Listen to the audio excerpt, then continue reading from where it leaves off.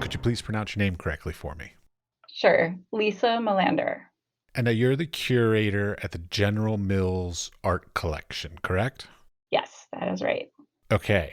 I've tried to do research on the General Mills Art Collection. I can't seem to find much about it, so please give me a little background on the collection itself. Sure. Yeah. And I guess there's probably a reason why you can't find a lot about it out there because the collection's really here for General Mills employees and it's not open to the public. So we don't really have a strong public facing website or any information about it. You really have to hunt and peck for that. But the collection started in, well, 1958. That's when General Mills moved from downtown Minneapolis out to the suburbs where we currently are. The campus is in Golden Valley, which is a suburb of Minneapolis. Starting to build this multi building campus, the CEO at the time, his name was Charlie Bell, he decided to buy art to put on the walls for employees to enjoy. And the Bell family, there's a history in Minneapolis. They were a philanthropic family. They had ties to the Minneapolis Institute of Art. So it seemed natural that he would be the one saying, hey, let's buy some art to put on the walls. So that's how it started. And over time, I just feel really lucky that throughout the years and as leadership changed, that desire to have a really great art collection for the company that just carried on throughout the years and has always been supported, which I think is just phenomenal.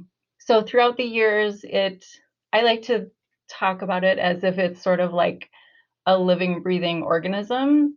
It's not like a set it and forget it kind of collection. It's one that we're always culling and adding to a little bit. So throughout the years, it does kind of morph and change. Okay, now how did you get to this position? Because a lot of the listeners to this podcast are sort of career trying to build their artistic careers and stuff. So like, were your parents creative? Like, what kind of career steps did you take? Like, how did you even get into being a Mhm. curator? Yeah, it's, I guess, a multi tiered long story, but it sounds like we have time for that.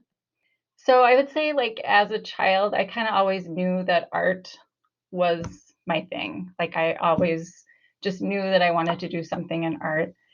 And I didn't really have like a direct art influence, but both of my parents grew up on farms, dairy farms. And, I think farmers in general just, they're used to taking what they have and making do. And so I definitely saw that growing up. Both of my grandmothers were just avid quilt makers and seamstresses, like just always making something. And then even my mom kind of carried that along. For a while there, she made all of our clothes, which at the time, you too, Yes. at the time I was like, okay, I guess this is how it works. And then I think realized once I really got into school that no, most people buy their clothes at a store. And I think I was a little bit like embarrassed by it at the time, but now when I look back, I'm like, that was really cool. I mean, not many people except you and me can say that. So anyway, I think just that general sense of like making beautiful things out of nothing or out of very little has stayed with me for sure. And then what about like educations and things like this then after? Yeah, so in high school, I heard one of your podcasts where you were talking about the magic of the dark room. And in high school, my high school art teacher, Dennis Hatlily, who actually just recently passed away, there was a dark room in our school, which is kind of amazing because I went to a very small high school. But he got our dark room up and running, and that just like lit something inside me for sure. So from then on, I was like, okay, photography is amazing. And so I knew that, but when I went to undergrad, I started thinking, oh, I'm going to be a graphic designer because, it's kind of like the best of both worlds. You can be artistic, but yet there's a more clear path about what you're going to do when you graduate. I went to Minnesota State University Moorhead, which is, people probably know it best by Fargo, because Fargo Moorhead are, I know, Fargo Moorhead are twin cities on the Minnesota North Dakota border. So Moorhead is where I went to school. So it's way up there. But in some ways, that was fantastic because there's not a lot to do up there. And it really made us all in the art program just, we were really into making art.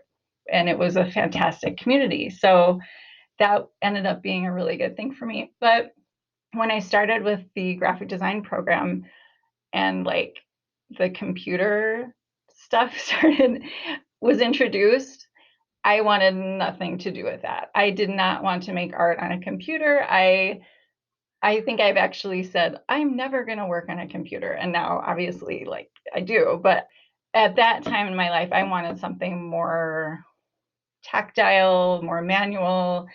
So I switched majors into photography. So that's what my BFA is in. It wasn't so much like technical studio photography. So it also wasn't a clear path to like, oh, I can make a living from this, which is fine. At the time, I didn't really care about that. So what I was doing was like mixed media pieces with lots of alternative processes in the darkroom, and it was wonderful. And I also took some art history classes in there, and I really liked those.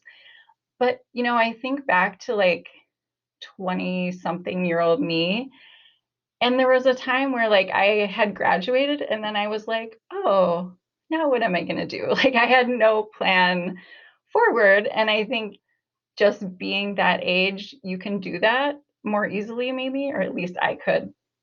So one of my art history professors had suggested that I pursue like an internship at a museum just to see what that was like. Cause I was like, oh, that kind of sounds interesting. I don't know.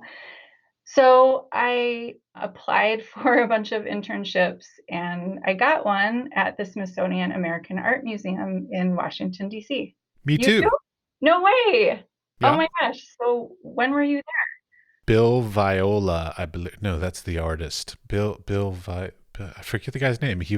I actually did an internship in high school with the Native American Studies program at the American History Museum. That's amazing. Yeah, being in DC was so fun. Did you have a similar Yeah, when experience? was I there? Let's see. I was there in, let's see, I was probably 1990 would be about the year that I did that. Okay. I grew up in DC, so yeah. Oh, you uh, did. Oh, My mother worked at the Air and Space Museum, and like, so we were sort of involved in all of that stuff. I ended up going to the Corcoran for my BFA, so yeah. that's so fun. It was such a great city to be in at that time of my life. And I was there for an internship knowing that it was finite. And I think that really helped me really dive deep. Every weekend I was out going to the monuments and the museums and just really trying to soak it all up. So after that internship, I moved back to Minnesota, and there was a gallery in Minneapolis that I just thought, wow, like that's where I want to be. Like that would be amazing. And one of my friends who I had gone to art school with had a show there, and he introduced me to the owner. This is the Weinstein Gallery, which is now the Weinstein Hammonds Gallery. And it just worked out. His one employee happened to be on her way out, and he needed someone, and we got along. And so he hired me. So that was really like my first official professional job, I guess, out of school. And that was amazing. I mean, being basically the only employee, I mean, we had a part time employee here and there, kind of as a preparator, like packing things and schlepping things around. I've done that job too. Yeah. And in that job, I wore many hats. I mean, I did that a lot. I shoveled snow. I helped plan exhibitions. I did art fairs. I did so many things and really learned a lot about the art world in general, a lot about just how everything works. So that was just a rich experience. And my boss, Martin Weinstein, has become just an amazing mentor to me throughout my career. So I'm just so thankful for that. And so the transition then from working in a small gallery where I was the only employee into being a corporate curator, here's how it went down. I loved working at the gallery. It was, like I said, it was my first job out of school, and I was just like, I want to see what else is out there. And I knew, so Target headquarters, that's in downtown Minneapolis. I knew that they had an art collection, and I knew that there was some activity around it.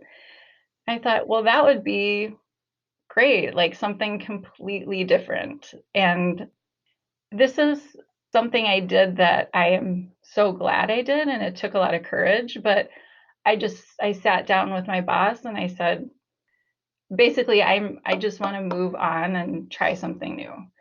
And what I really want to do is go work at Target for their collection. And he ended up doing something for me that really changed the course of my career. So knowing that this is what I wanted, and I had already sent some random whatever letters, emails to HR, I mean, but if you don't have a specific like step in, it's very hard to actually get noticed.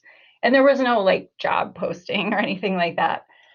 So I had tried and failed and just nothing was happening. And so my boss was I believe he was at a function at the Minneapolis Institute of Art. And he saw the CEO of Target there, Bob Ulrich, he's now retired, but he is just a big art collector. There's a wing at the museum named in his honor. So my boss walked across the room, and he didn't have to do that, but he did. He walked across the room. He spoke with the CEO of Target and said, this woman works for me. She's interested in working for you. She's great, blah, blah. And he gave my boss his card and said, have her contact me. And so that's what I did. And like 2 days later, I got a call from HR. Would you like to come in and talk about opportunities here? So I ended up getting hired. And I think that was another situation where I don't fully know what was going on there, but I think there maybe had been someone dedicated to the collection who was on their way out. I'm not totally sure, but they hired me. So I worked for Target as the curator of their collection for about 8 years. And yes, huge change from the gallery. Like huge change. I went from being the only employee to like one of thousands of employees, and it was a great experience though. Again, just huge learning experience in that change. Right. Well, I mean, working for a corporate collection is very unique. Even I mean, it could be equated to like a museum thing, but it's really not a museum because like museums they work on committees and they have many different sort of things, different intentions and purposes. Like for instance, like certain museums, they have to do public programs in order to Mhm. make money and all this kind of stuff. But like a corporate collection is really an institution sort of insular in of itself because it's more or less this, and maybe I'm wrong on this, so please help me, but like more or less they're self-funded, and then like they also are self exhibiting. So like you said, they're pretty much you're the General Mills collection only shows basically on the General Mills property. Hmm. Yeah, and Target was similar to that, where it was really just an insular collection. Trying to think of, I guess, what more I can add about that. Sorry, can you lob me another question about that? Oh, it's no problem. Yeah, no, I want to let me make something really clear Okay. from the beginning here. I love corporate collections. I think they're magnificent. So nothing I'm addressing here is in any way trying to say anything bad about corporate collections. My interest, of course, as a practicing artist and as a professor, my first question should have been, how do artists get into corporate collections? Okay, yeah, sure. I mean, I think it's probably the same ways that they would get into any collection. I guess I can tell you about how I go about buying art for a collection, and then we can kind of bridge it that way. So I guess when I was at Target, there was a bunch of different ways actually. So one way was that some of the kind of higher up leaders at the company who were like really into art just personally, they would meet artists maybe as part of their travels for the company and like, oh, Lisa, you got to check out this artist I just saw on this trip. Like, this piece would be great in this space here. Can you reach out and kind of see what's going on with that? So that was kind of one way, or if those people had, maybe there was some kind of, I know there were a couple instances where the company had actually had a deal with an artist on maybe like some kind of marketing imagery or some kind of product for the store. And so that was sort of the way in. Then there was like this whole other program that I worked on that was so unique and so fun for me and probably for the artists. So, Target obviously has these distribution centers all over the country. They're like just these ginormous warehouses where they keep all the product, and then the trucks pick up the product and send those to each store. So those distribution centers also have a little bit of office space. And they're really all over the country. And one of our leaders at the time said, what would be great?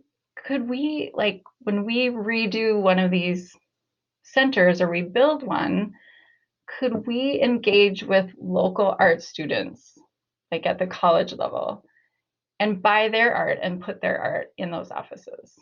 And so that was the idea. And so I took that idea and kind of made that happen. And that was so fun. It was just like a win-win-win, because the people who worked in those offices were surrounded by art that they knew were made by students in their community. So this is like the undergrad or graduate level art students. I mean, I loved it because I got to see, I kind of got to dip back into like art school world in my brain and just kind of have my finger on that to see what are people making these days? What's coming out of these art schools around the country? So that was really fulfilling to me. And then, I mean, obviously for the artists, for them to have that sale of their artwork, which I know is so important, especially when you're just starting out, and that, they can now put on their CV that they have work in Target Corporation art collection. So overall, that was just a really fun program. So that was one way. And then I guess the final way, which is kind of like how I do it now at General Mills, is I typically work with galleries to find art and buy art. Sometimes I'll work directly with an artist, but it just kind of has worked. I've got relationships that I've formed with different galleries, and I find that it's, I guess, easier, to be honest, to go on a gallery's website and you can see the work, and they like certain galleries have like a certain aesthetic. So I've kind of figured out which galleries work with our aesthetic here at General Mills. And so, I can go on their website and look through what 20, 30 different artists' work. So that's kind of how I found a way to go about that. And sorry, one more thing that I just remembered. I do attend art fairs too, occasionally, not a ton, and obviously pre-COVID, but like Art Basel in Miami Beach, just because there's so many different side satellite fairs, and Art Chicago, or I guess it's now called Expo Chicago. Those are kind of the two that I have gone to. And I just want to make clear, like, my budget for art is not huge. It is very modest, and which I think is right.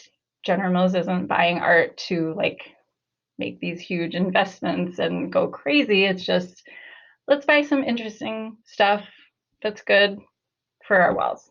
You literally sort of answered my next two questions already, but I'll dig into them a little bit more. So, Yeah. like, let's go back to the first one, which is the investments, which you just brought up. Like, a Mm-hmm. lot of corporations, their goal is to basically take money that they have in the corporation and invest it in art for the intention of growing that resource, or that I don't know, financial. I don't know. I'm an artist. I don't know this stuff. Money, grow money. Grow it on trees, kind of thing. So, so basically, it sounds like General Mills is not that kind of corporate collection. No, no, not at all. I would say, I mean, generally we buy art by artists who are like in their emerging phase, or maybe mid-career artists, but like once it gets beyond that, it's kind of out of our price range, to be honest. I mean, we want to be practical about what we're spending our money on. So, and we've been collecting so long that, as it happens, sure, sometimes an emerging artist back in the 70s, maybe now they've grown. And so it is now a big name. But on the flip side of that, there's a lot of artists in our collection that they maybe had a little flash in the 70s or 80s. And now, like, when I do research on them, I can't even find their name. So, like, that's just part of part of collecting. And the fun is really just about like having the physical collection here in our building, and living with it. What I mean, that's part of it to me too. Is like a corporate collection can only be, well, depending on its budget, I guess, could only be as big as its facilities. So like Mm-hmm. if your offices are only so big, you simply cannot keep buying, because then you're going to put things in storage, and then that's going to cost you more money, and that becomes a whole little issue in and of Mm-hmm. itself. So, I mean, there's you mentioned earlier about culling the thing. So, like, are you both purchasing and sort of deacquisitioning, or like on a regular basis? Yes, yeah, pretty much. And that's kind of something that's just been kind of going on throughout time. So, I mean, generally, the the mission of our collection, it honestly is pretty broad. But one of the things that we are trying to achieve is to have a contemporary collection, meaning that it's works that have been made recently, somewhat recently. And so, because of that, as a mission, obviously time is continuing to march on. So, some works are aging. So, that natural process where we're letting things go that might be like older and they just don't fit with kind of who we are as a collection or as a company anymore. So yeah, that is an ongoing process that continues. Okay, you mentioned the aesthetics of the collection. This Mm-hmm. fascinates me. I actually got work in a corporate collection one time, and they came to me and they said, "Oh, we love your work. We really love your work. Could you do, like, I do generally like figurative based work? They like, we I love your work, but could you do as a landscape?" And I'm like, you really don't seem to love my work if you want me to do something that's like a totally different thing. So like I guess the question is sort of when it comes to the aesthetics, like so like when I think of General Mills, I think of very wholesome. So like I would imagine you have a lot of like some Rockwells or things like this kind of thing, like things that are very sort of Americana, very wholesome, probably some abstract work, some not, what I call like non-confrontational works, basically things that won't offend anybody kind of things. Mhm. I mean, is this what most of the collection really is? Or is this just my stupid idea of what a corporate collection looks like? Well, it's interesting to hear what you, as someone from the outside of General Mills, but someone who's an artist, would think that it would be. I think, I mean, in some ways you're close, but I think it might help if I describe the built environment a little bit more. So I mentioned, that this campus started in the late 50s, and it's a beautiful campus. I mean, it truly is. And the first building, it's designed to be like a series of buildings that are all connected, so it has the potential for growth. So like back in the 50s, I think it was just two buildings, and now I think we're up to six or seven. But the first building was done by Skidmore, Owings and Merrill out of Chicago, and it was one of the first in this style, like mid-century office buildings with a glass curtain wall. So one of the first in the upper Midwest, I should say, not the first ever, but so for this for this region, that was very progressive. And so we definitely have that mid-century modern vibe going on. However, obviously, like that was the 50s. It's not like you walk in and you're like, oh, wow, this is like right back in the 50s. We've done a lot of modifications, and each building that we've added fits with that original aesthetic but is modernized. Generally, like the aesthetic is the international style, so it's very clean lines, generally neutral palette, although we do have lots of pops of color. I'm not gonna lie. So In the paint on the walls or in yes, the art? in the paint on the walls Okay. and the art. But anyway, so that's like kind of like the general feeling. And I have to say that one of the things I love about being a corporate curator is the interaction of architecture and art and how they come together, how they inform each other. And I think, maybe an outsider would think, oh, like why would corporate architecture be interesting? But it's really a dynamic environment, and it's an environment that's constantly changing, which is also really fun to be around. So as the company changes and different things are prioritized, the way people work, the building changes. There's always like some kind of remodel project going on, and so the art obviously has to respond to that. And so I work in a group of people who are interior designers and architects, and I love being embedded in that world. I just love talking about design and architecture and art and all of those things. Actually, would you bring up an interesting question? Do you work by yourself as the curator, or do you have a team? Like, so a lot of people think that like being a curator is like a solo thing where you just sit and drink coffee and smoke cigarettes and just think of things and be creative. But I mean, at the corporate level, I'm quite certain there's probably some team of people. Hmm. So I mean, I am within that team that I mentioned, but yet I am the only person that works with the collection, and I actually only work part-time. So that's the extent of it. So that's kind of like how I'm positioned. But you touched on something about like, if I'm just sitting around thinking of ideas, but I wanted to talk about that my job is really because I am kind of a one person show in some ways. I do, again, like the gallery, wear a lot of hats, and it's just never dull here because I am required to do really detailed, like get in there on the database, like super nerdy stuff. But then I'm also have to be like a strategic thinker and think super high level about where is the collection going? What should like the big topics? What is that vision? And everything else in between.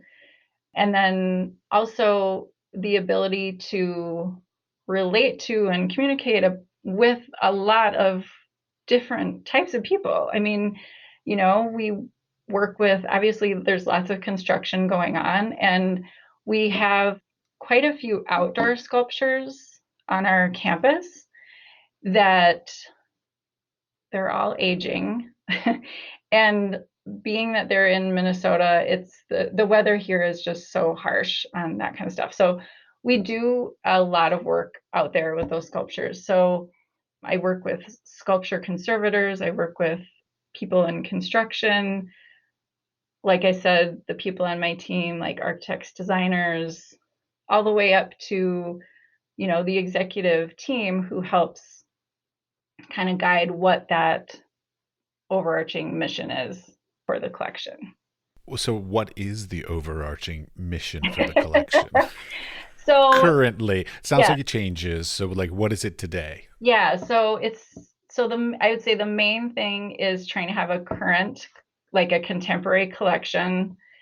And like I said, it is very broad, but I think broad is okay in this setting because really we want the art to, not everyone's going to connect with every piece, but we have enough variety and it's pretty eclectic that I guess the wish is everyone can connect with some of it, right? And like some of it.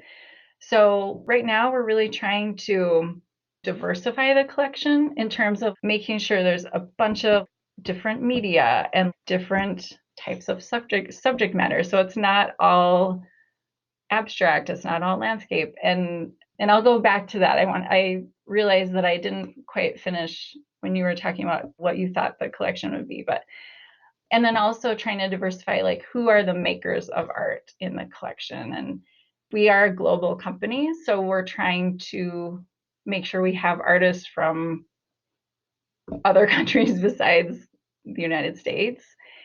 So then within that, then there's also this whole like really practical side of what that mission should be, and it's almost like what it can't be. So we want art that lives in this environment easily. So we just can't take on art that requires extremely complicated maintenance programs around it. Right now, we don't have any video or sound pieces because they're just kind of too hard to have here. They can't be too small. I mean, this is very, very practical stuff. They can't be too small. They can't be too large. They just have to work here. Great. What is the optimum size for your corporate collection?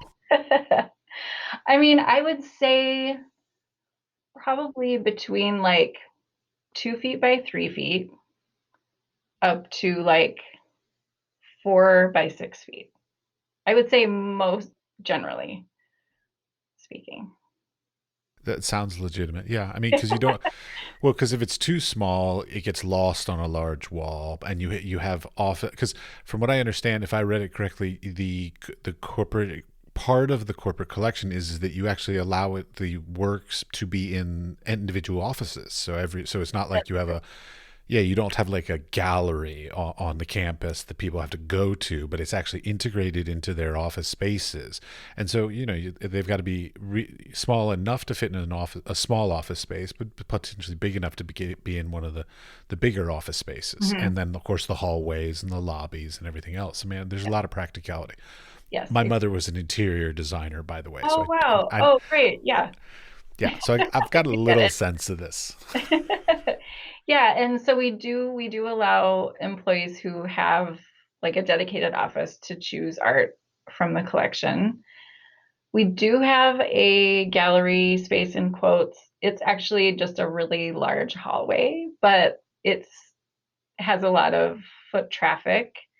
And that's my opportunity to put together small exhibitions from our collection. And it's nice because it's a way to bring things together that we wouldn't have the space to bring them all together and explore things within the collection, like themes.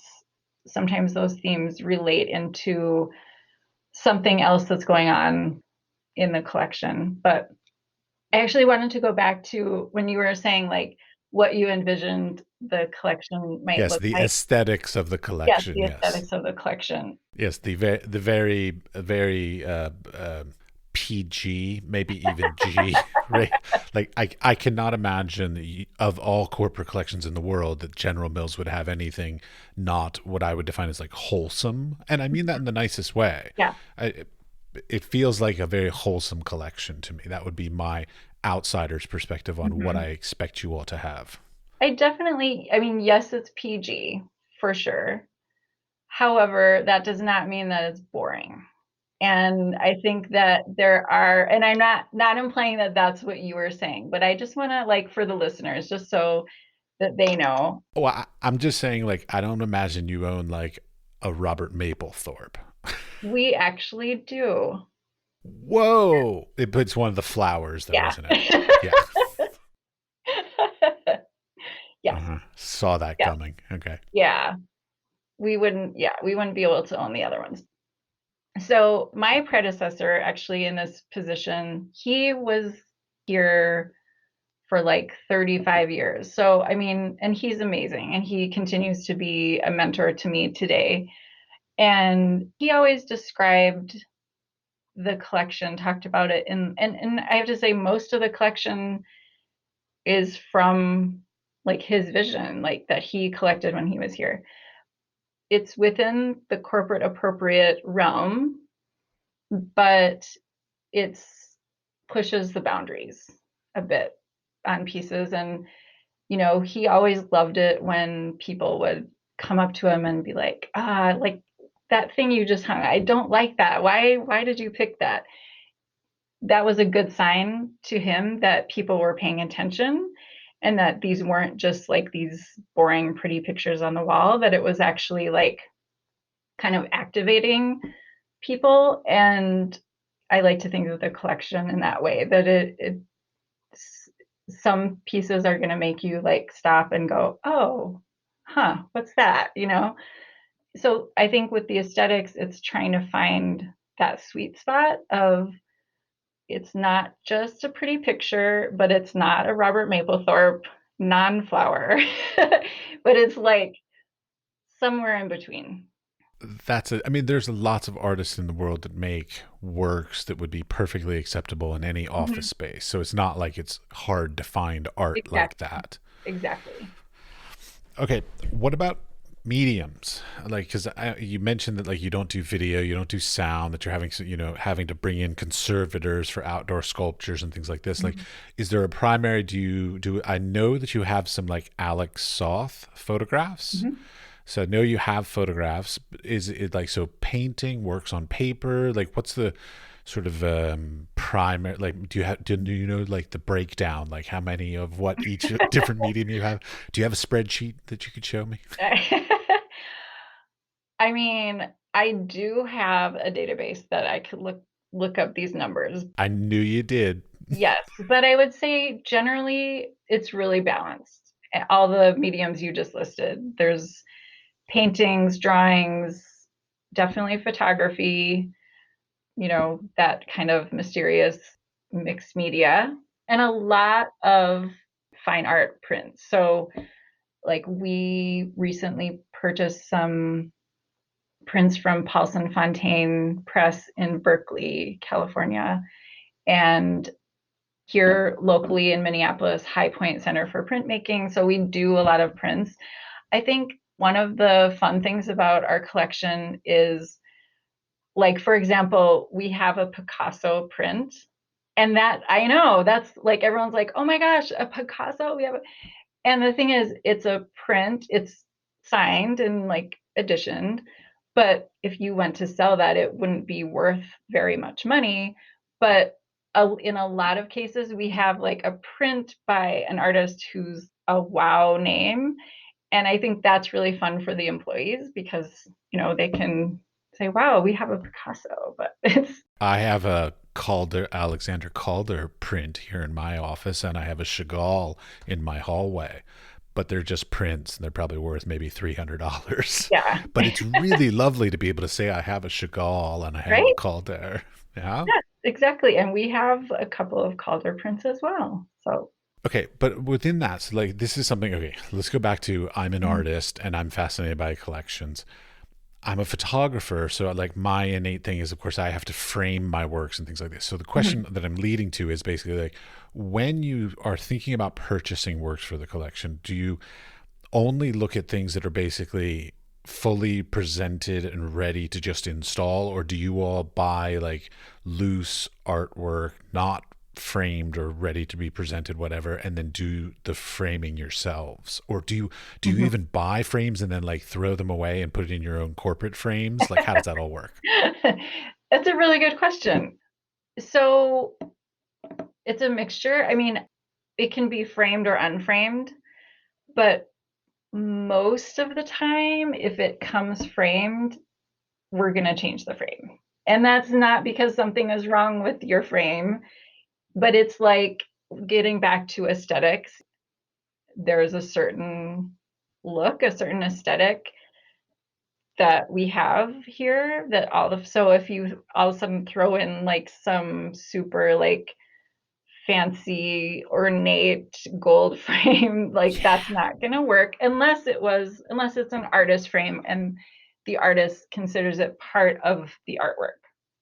That's obviously a totally different story, but yeah, for the most part we will probably have it reframed. Okay, within that, when I was growing up and when I was in school and everything, it was always black frames, white mats, black frames, tradition.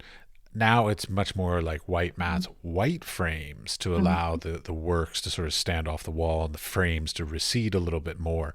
So like I also worked as a framer for a couple of years. I've done lots of things. You've done So everything.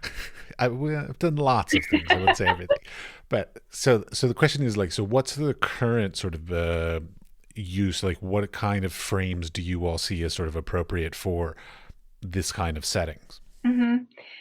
So I have to say, just to give the shout out, I work with a local framer here in Minneapolis called Art Serve. They do amazing custom frames. They can basically make anything. So while I sort of have a general parameter of like what the aesthetic is, I pick frames for the artwork. So like what is the profile that's going to look best with that particular work of art? What is the material? Is it, wood grain, or is it black, or is it white lacquer, or whatever it is? And any piece that I have reframed, I go to their shop and we lay it out on the table and like really make sure that that is the right frame for that piece. Because I mean, that frame is going to be on there for years, hopefully. Well, actually, then lends to another question, which Yeah. was to be, you talked about how like you are buying and selling works from the collection. How long do pieces stay in your collection on average? Mhm. A long time. I mean, pieces that have recently been like de-accessed were pieces from like the 50s, the 60s, and the 70s. I would say most of the works in our collection are purchased right around the time that work is made. Because again, we're trying to buy things that are really recent. So yeah, we're talking like 40, 50 years being in the collection. Yeah, that's a long time. Yeah. Hmm. Yeah. And not that the framing has to last that long, but hopefully it lasts like 20 years. I don't know. You never know though. Aesthetics can change. Well, and technology's changed. I mean, 30 years ago, UV protectant glass wasn't even Mhm. a thing. So like there are certain technological advances, and also plexiglass back then was very different than plexiglass now. Like it's Mhm. actually put quite good as far as non-scratch or being scratch resistant now. Yes, absolutely. Yeah, it's amazing, like the products that are out there. Absolutely. All right, you talked about conservation as well. Now, I'm fascinated because you have outdoor sculptures in a non necessarily incredibly hospitable neighborhood. So, like, how much time and effort is as a corporate collection person, like, do you have to put into conservation? So, not necessarily just the sculptures, but just like in general, Mhm. conservation versus acquiring or putting up new works. Mhm. Well, with our outdoor sculptures, and it's not that the neighborhood is like rough, it's the weather. Correct. Yes. The No, I did whole not imply that. No, I'm sorry. I'm sorry if anybody misinterpreted that. I meant it as not hospitable because of the cold, Yes, windy weather. yeah, the freeze thaw cycles really get us here. With conservation, it kind of ebbs and flows. And I would say, during the summer months, that's our opportunity to do any conservation work on the outdoor sculptures. I would say, I don't know, percentage wise of my job, 10 to 15% maybe. It's a little higher than I expected, but not a lot. Yeah. And I would say that the majority of that is because, so I'll give a little history on the outdoor sculptures that in the 1980s, there was a bunch of construction going on our campus, and the roads were kind of like sandwiched in between two highways, and those highways were being redone. And anyway, there was just a lot going on, like landscape wise. And General Mills hired a landscape architect to come out and do like a master plan of the whole campus. And then the CEO at that time, who is also a big kind of player in the art community here, he had the idea to, hey, as part of this master plan, let's commission artists to do these sculptures on our property. So in the 80s, I mean, I don't know, I think there were maybe like 8 or 9 significant pieces commissioned for this space. So all of those pieces are kind of, since they all went in at the same time, now they're kind of like all aging evenly. And now is the time when they're all really needing a lot of work. So the past 3 or 4 years, the conservator that I work with, we've been putting a lot of effort toward that and just getting them kind of like stabilized and kind of in a good spot. So yeah, that's part of it. And it's a significant, when anyone who's going to think about putting an outdoor sculpture on your property, it's a significant commitment, it really is. I do know I actually ran a public sculpture program as well. See, you have done everything. I have not done everything. I've just done a lot of things again. Like, but I mean, unfortunately, I didn't do any of these things really well, or I would still be doing them. So there's that. But yeah, but I mean, I've been the issue of putting public sculpture is a whole another thing. But of course, you're on private property, so more or Correct. less you can put whatever you want, which is great. Mhm. I did it on public land, so of course, I caught all kinds of grief from the public about like, why are you putting this ugly thing in our neighborhood? And I'm like, because I'm trying to make you think. That's what I'm trying to do.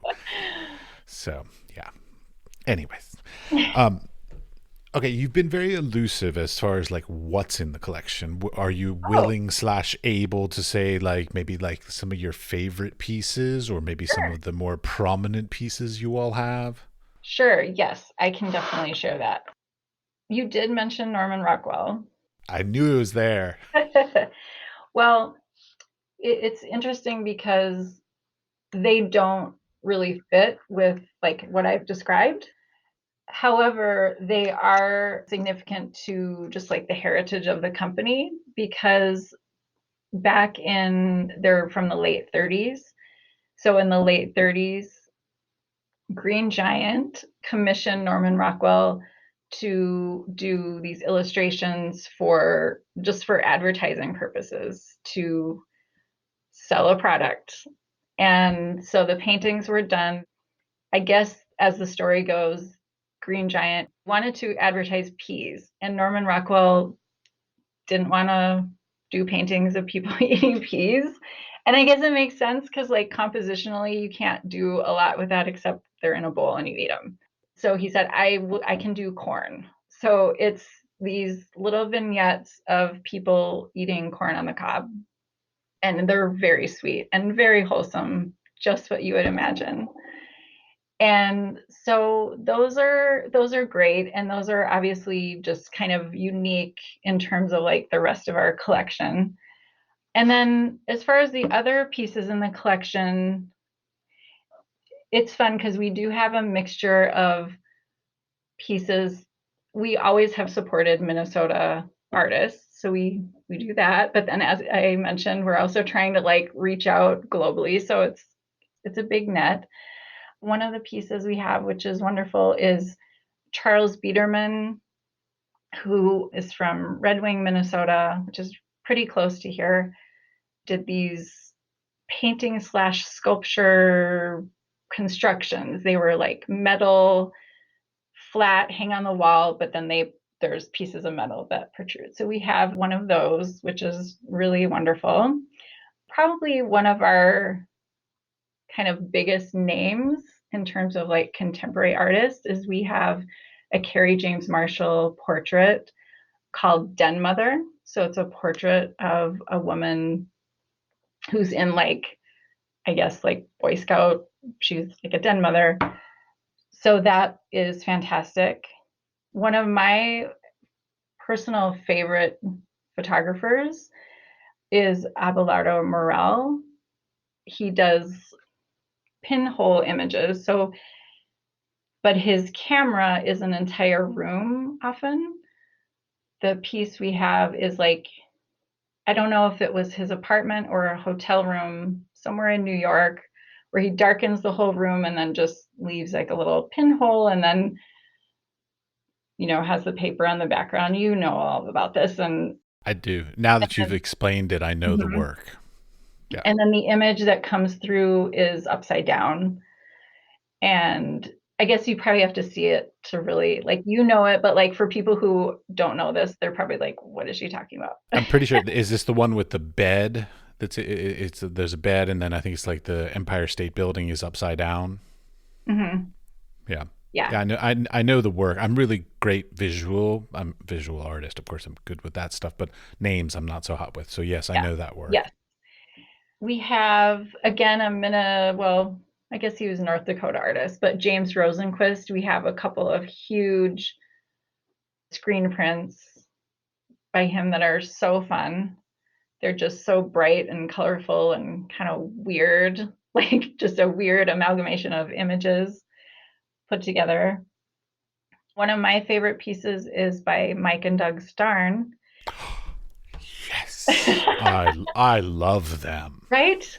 They were Hmm. like in college, like when I was pursuing my BFA, I mean, they were definitely my biggest influence. And so then when I worked at the Weinstein Gallery and we represented them, so here's like I love the piece we have. It's from their Blot Out the Sun series where it's two trees. There's like encaustic on top. And it's huge. It's probably like 60 by 70 inches or something. It's big. But for me personally, another layer is when I worked at Weinstein Gallery, my predecessor here, Don McNeil, bought this piece from us at the gallery. So now I'm here and I get to take care of it. So I really like that as well. We have a couple of Robert Longo, like the black and white dancing people. Hmm. Those are very fun. I could go on and on.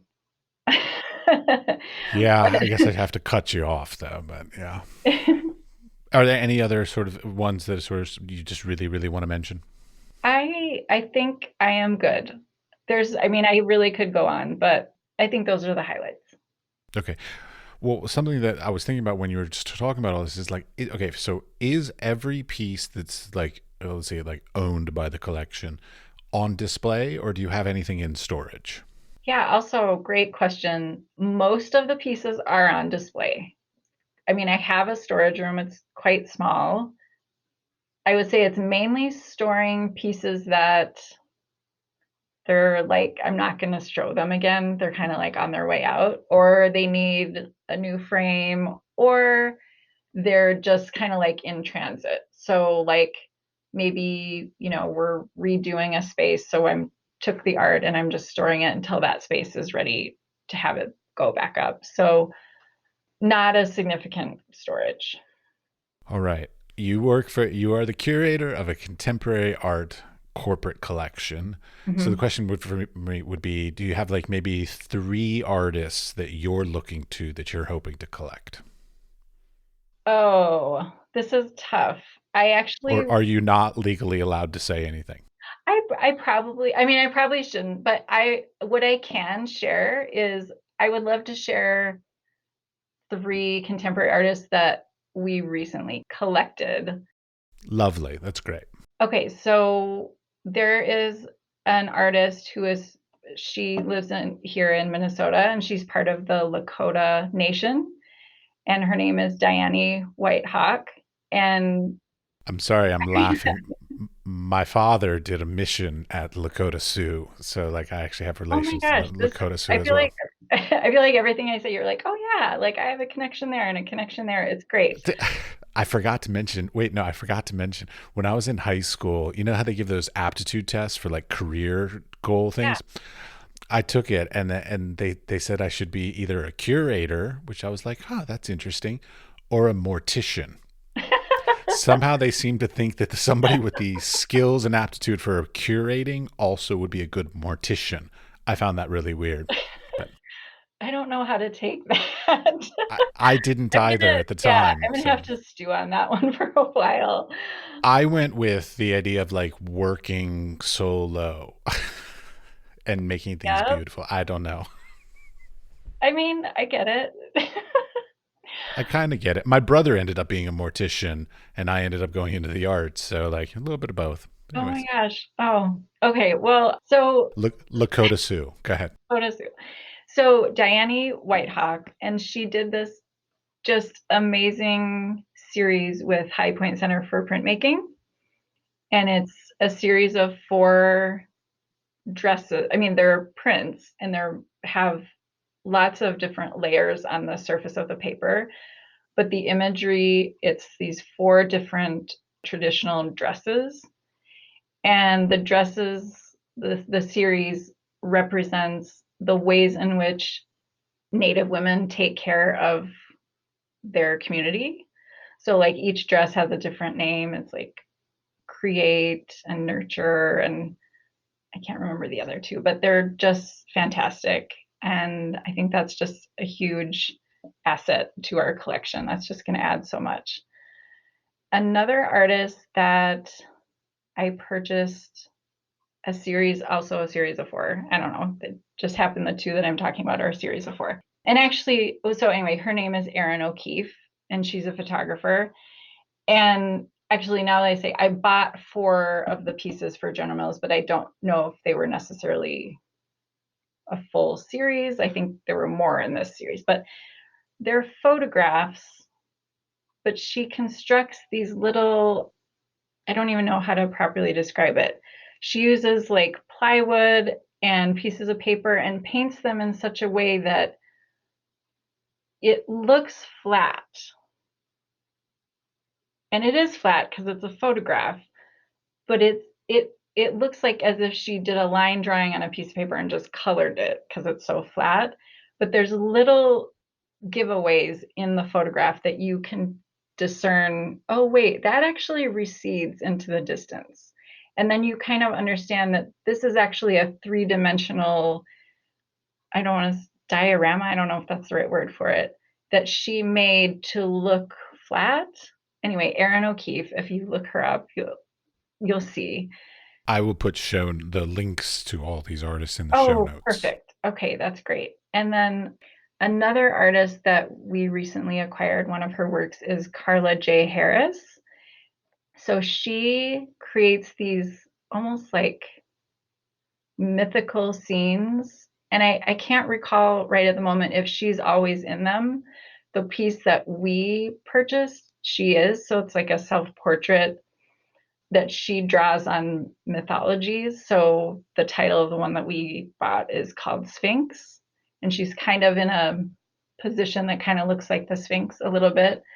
But they're just like kind of whimsical. I don't know. They have like some gold in them. They're just really, really lovely.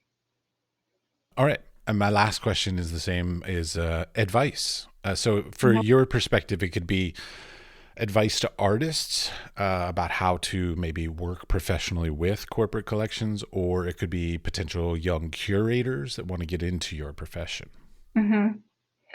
Well, I think a couple of things. I think one is more of like a broad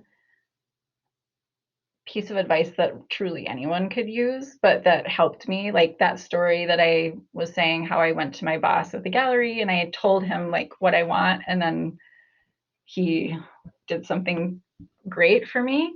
I think generally tell people what you want. Like if there's something you're striving for and you know what it is, people really do want to help. I want a retrospective at the Museum of Modern Art in New York. Done. Yeah. That's fantastic. I mean, it truly is. No, I mean, truly, like, there's no way that someone can help you get what you want if they don't even know what it is. And I realize sometimes the problem is that you yourself don't even really know what you want, but whatever you can share with others, like I said, people I have found people want to help. So I think that's one thing. And then another thing, like I host people here, like people in, the Twin Cities who reach out and they are like art history majors or they're curious about the field. And I'm happy to do informational interviews with people about the career path. And what impresses me the most is when the people show up and they're like really prepared. Actually, one informational interview I did with someone, she had done so much research on the General Mills collection. She actually pulled out a couple of facts that I didn't even know. I was like, wow, that's amazing. I feel very unprepared now. How did this person get this stuff? Well, I don't know. she was so, I could tell that she was just so excited to be here and like prepared. And I think that stuff just goes a long way. And then this is super old fashioned. I still live by this. Send a thank you note after if someone gives you their time and like make sure to say thank you. It's really simple, but it really, I can't tell you how much weight that really has. And it doesn't have to be a handwritten note. It can be an email, but just that acknowledgement. But it's not even the acknowledgement, it's also that follow up because it keeps your name top of mind in that person's brain, frankly. And then I guess, just generally like seek, any opportunity you have to talk with someone in the field, or even I would say like any little piece of like experience that you can get that you can add to your resume, even if it's small. I think it's fine. It shows that you're trying and it shows that that's the path you're going down and that you're interested in it. So, Okay, there's a question that just sort of rattled around in my brain from what you yeah. just said that I didn't really, I'm not sure if I didn't ask it or if you didn't answer it. I'm not sure which. But, anyways, when you're working, okay, so you said you mostly buy through galleries. Mm-hmm. Now, and over the years, you have sort of found galleries that carry works that are of your aesthetics. Okay, I Yeah. understand that. That totally makes sense. Mm-hmm. Now, then even getting more finite into that, like, so like, then how do you really sort of choose? Like Mm-hmm. if you, I guess the question is like, okay, as a corporate collection, because that's one job I have not had as a corporate collection, Is it basically like you have an annual budget and then you say, okay, what can I fit within that budget? And, and then this is the hole that's in our collection. We want to fill something with that. Or is it, oh my gosh, this gallery just picked up this new artist and they're absolutely astounding. I need to be sure to buy something now while it's this price point. What's the sort of dynamic of how you keep in touch with that and make these decisions? Mm-hmm. I think it's a mixture of probably both things that you said. So I mean, obviously, I can't buy anything if I don't have budget. So there has to be budget there. And then, yes, I look at the collection as a whole and think, where do we need to fill in some gaps, whether it's trying to make sure that the artists in our collection are diverse, or wow, we have a lot of landscapes, or I don't know what it is, but just making sure, or I don't know, something that's lacking. So there's that. But then I also, even when times of the year when I don't have budget, I'm still always looking, and I have a list of things, a list of names of artists that, for kind of like when the day comes when I might have more budget, be sure to go back and look here at this artist. And I just want to, yes, I have these galleries that I kind of go to, but I am also like constantly looking at new artists and new galleries. And it's just, I'm always looking at images. Okay, you just brought up one last thing. I know I said last thing Yeah, three no, times you're already, fine. but like you brought up diversity. Is this something that is important to the corporate collection? So like diversity of women, diversity of Mhm, race, diversity of whatever other kinds of mhm. forms of diversity that are involved in this. I mean, is this something that you try to actively do, or is it just like I only buy the best works? Mhm. Yeah, I mean, I would say that over the past year, it's become more deliberate. I was kind of going into 2020, it's the 100th anniversary of women's right to vote in the United States. So I thought that would make sense to really focus on women artists for that year.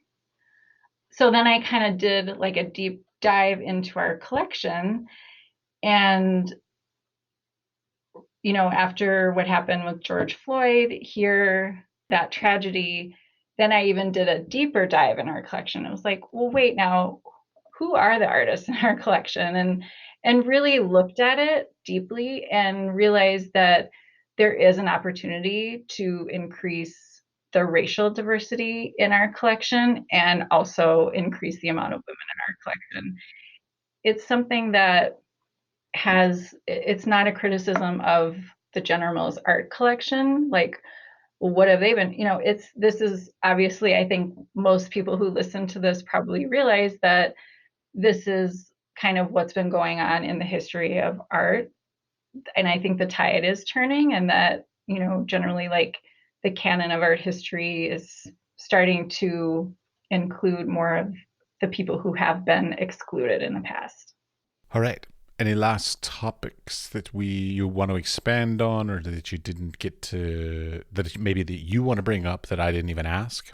I don't think so, Matthew. I think we've really covered so much, and you let me just kind of go where the conversation wanted to go, and so I thank you for that. Yeah, that's the way this podcast is. Yeah. Yeah, I'm not a journalist. I don't come in with any, I literally come in with no questions and I try to listen to your expertise. Because when I started the podcast early on, like I literally had a script. I had series of questions that I was like, so like my first like 10 episodes are literally me like, okay, check. They answered that question. Next question. And they had nothing to do with each other and had nothing to do with your expertise and your knowledge and stuff. And so I learned very quickly that one of the better ways to do this is to be more of an active listener and sort of say like, okay, what kind of knowledge do you have? Not what kind of knowledge do I want to get from you? Very different. Yeah. Okay. Thank you very much for your time. Oh, it was my pleasure. Thank you so much for the invitation. As you all know, I'm generally pretty bad with self publicity and I don't ask for help very often. So I'm going to do a rare thing and ask for your help. It's very uncomfortable for me to do, but I'm going to do it anyways. When it comes to the algorithm, I've learned that one thing that does work to help podcasts gain more attention is to get ratings. So I would appreciate it greatly if you would go and give us 5-star rating, or any rating if you don't believe it's 5-star worthy, and some review.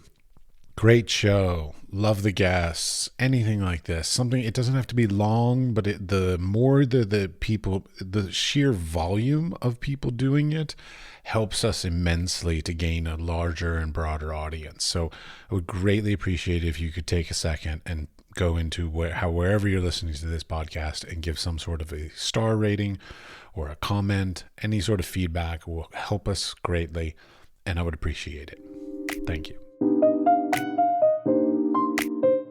This podcast, The Wise Fool, is supported in part by an EEA grant from Iceland, Liechtenstein, and Norway in an effort to work together for a green, competitive, and inclusive Europe. We would also like to thank our partners Hunt Kastner in Prague, Czech Republic, and Kunstsentrene i Norge in Norway. Links to the EEA grants and our partner organizations are available in the show notes or on our website, wisefoolpod.com.